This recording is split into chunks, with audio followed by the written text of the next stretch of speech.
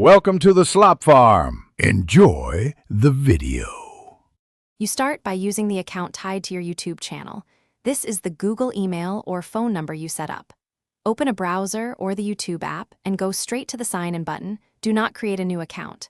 Enter the email or phone, then click Next. Make sure autofill is correct because wrong entries slow you down. Once done, you'll be prompted for your password or verification step. Prepare your two-step method if enabled. Now type your password and press Next. If you use a password manager, confirm the auto-filled value matches. If you see a prompt for two-step verification, open your Authenticator app or check SMS messages, then enter the 6-digit code exactly. Timing matters. If you're using a security key, insert or tap it when prompted. After verification, YouTube may show multiple profiles. Choose the channel you manage. Make sure to stay on the same device until redirection completes.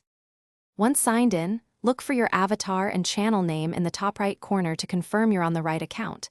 Click it to access your channel or YouTube Studio. If you used a public device, sign out and clear browser data. Make sure recovery email and phone are current and store backup codes somewhere safe.